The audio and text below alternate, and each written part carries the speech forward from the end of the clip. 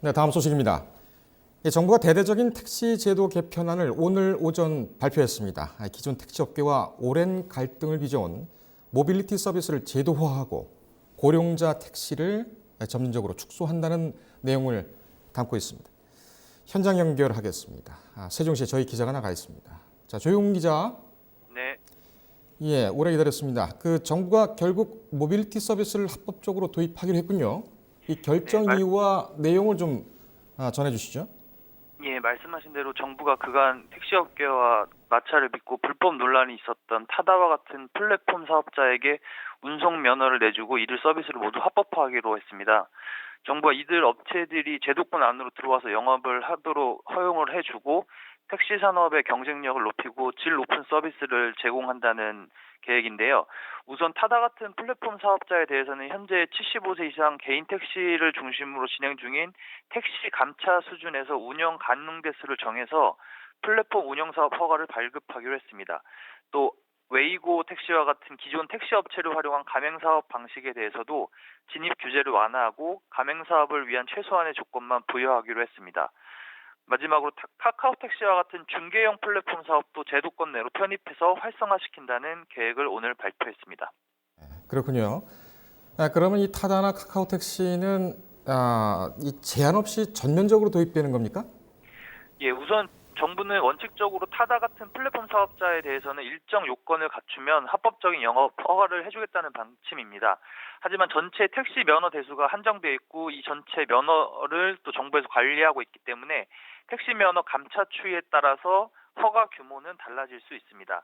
그리고 플랫폼 사업자는 운송 사업 허가를 받는 대가로 운영 대수나 운행 횟수에 따라서 수익금 일부를 사회적 기여금으로 이제 납입을 해야 되는데요.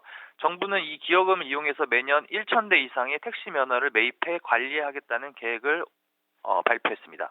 그렇군요. 이거 언제부터 시행입니까? 우선 오늘 발표 내용에 따르면 관련 법률 개정 사항은 정기국회 이전에 발의를 하고요. 그리고 가맹사업 기준 완화 같은 하위 법령은 연내 개정 완료를 목표로 하고 있습니다. 국토부 예상대로라면은 이르면 올해 하반기, 늦어도 내년부터는 적용이 가능하지 않겠냐고 전망하고 있습니다. 기존 택시 산업 타격이 적지 않을 텐데 이에 대한 대책은 어떤 게 나왔습니까? 예, 지적하신 대로 기존 택시 업계에서 반발을 했던 이유도 그 때문인데요. 이를 위해서 정부는 플랫폼 사업자로부터 받은 기여금을 관리하는 별도 기구를 설치할 예정입니다. 해서 해당 기구에서는 택시 종사자 복지 개선에 기여금을 활용한다는 계획을 세우고 있는데요. 법인 택시의 경우에도 산납금 기반의 임금 구조를 향후 월급제로 개편해서 기사 처우도 개선한다고 발표했습니다. 예. 그렇다면 국민 입장에서 어떤 점이 좋아지는 걸까요?